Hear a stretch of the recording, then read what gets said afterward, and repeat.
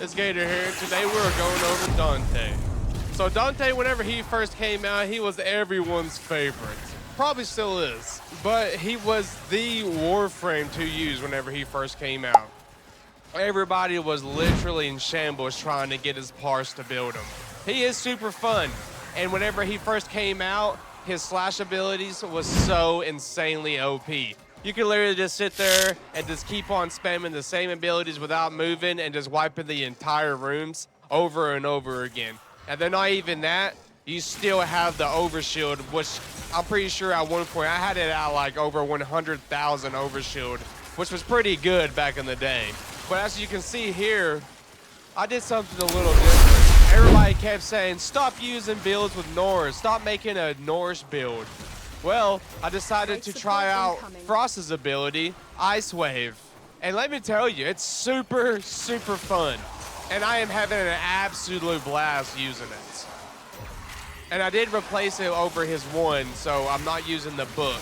But you can just keep running around, spamming abilities left and right. It's super fun. But over time, DE has definitely made a lot of nerfs, even buffed him a little bit, nerfed him again over time. But he's still a really good Warframe, and actually probably one of my favorites. He pretty much is like easy mode though. You get an overshield, you get abilities that do an insane amount of damage, and then not to mention that you got Ice Wave now, which freezes enemies, and it even freezes acolytes and others. As you can see, I just keep on going around spamming my one. If whenever you will need to, go ahead and make sure you got your health and your overshield pumped up using your 2. You can also use your 3 and use those slash abilities. And then using his 4th ability, you just got to make sure you have the spell that you want to use and you can use it. There is no loop really. Just go around spamming 1, making sure you're freezing everything, and then also you can use any of the other abilities as you like. Just make sure you always have your overshield. All right, guys, that's enough talk. Let's go ahead and hop into the build. All right, so hopping into the build, first things first. Even through all that gameplay, I was pretty much using no shards. I do have one casting speed shard on. And the reason why I don't have any shards on is because I am too lazy to go back to my other Warframes that have the shards that I want to use and remove them and then add them onto this one. So I try to make my builds where I don't have to be on shard reliant. But if you want to, you can add some extra strength, duration if you want to, but not really necessary. But if you want to get this over 100%, it would help out probably quite a bit. But if it was me, I would go with strength shards. Make sure you have a casting speed, at least one of those shards. And then going over the build here, first thing, see I did replace the first ability with Ice Wave. And then everything else is the same, of course.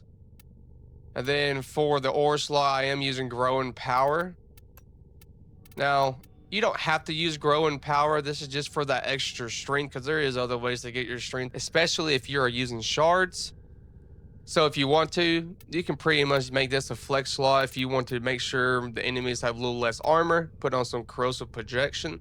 If you want to switch out Augur Reach for something else as well, you can. This is also a flex slot. Even energy conversion is a flex slot as well, because this build, you can pretty much switch out a few things and build it how you like.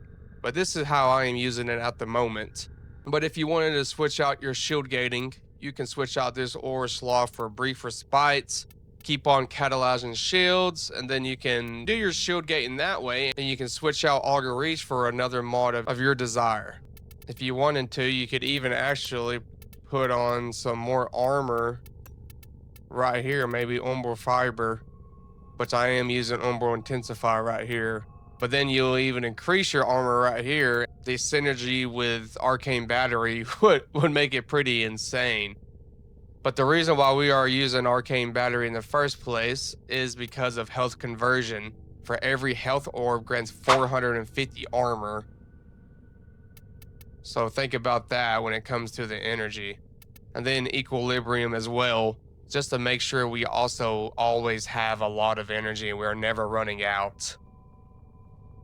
And then of course we gotta have transient fortitude, blind rage, and intensify for the strength. Catalyzing shields we have for the shield gating, make sure we have that full immunity. Energy conversion is a flex slot. Auger reaches a flex slot. Like I said, I just like that extra range for my ice wave. Energy conversion, you can switch out for something else. If you want some more duration, you can switch it out for something like that. Maybe some continuity. And then I am using Molt Augmented just to max out the strength the most as I can on this build on how I like it. But then that's pretty much it, guys. I hope you enjoyed. Let me know what you guys think below. If you haven't already and this is your first time viewing, go ahead and hit subscribe so you know whenever I upload next. I have been sick and I did just get married, so my uploads have been slow as of late, but I'm about to get back into it and we are about to lock in. And I'll catch you guys in the next video. See ya.